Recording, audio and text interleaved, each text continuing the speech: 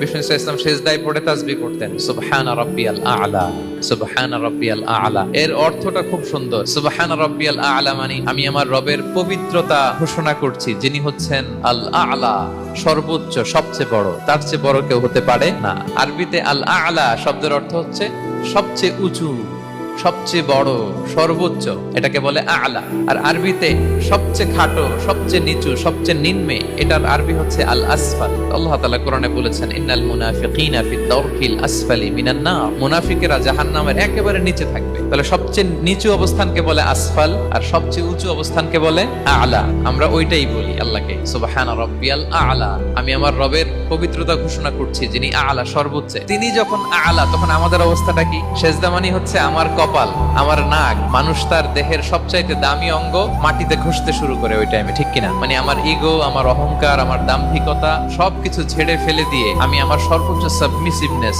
Loyalty, আনুগত্য, humbleness, বিনয় আল্লাহর কাছে দেখাচ্ছি। সেজদায় আমরা যত ছোট হই, এর চেয়ে ছোট আর হওয়া যায় না।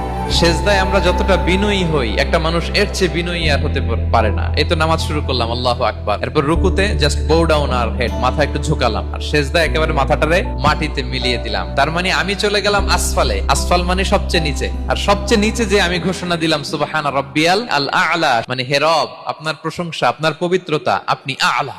আল্লাহ, আমি আর নিজেকে এর চেয়ে তুচ্ছ করতে জানি না, এর চেয়ে ছোট আর করতে পারি না। আমি আমার নিজেকে উজাড় করে দিলাম, সবচেয়ে ছোট, তুচ্ছ, নগণ্য করে আপনার সামনে উপস্থাপন করে আমি ঘোষণা দিচ্ছি সুবহানা রাব্বিয়াল আ'লা। পবিত্রতা সেই রবের যিনি আ'লা, সর্বোচ্চ। সুবহানাল্লাহ পড়ে।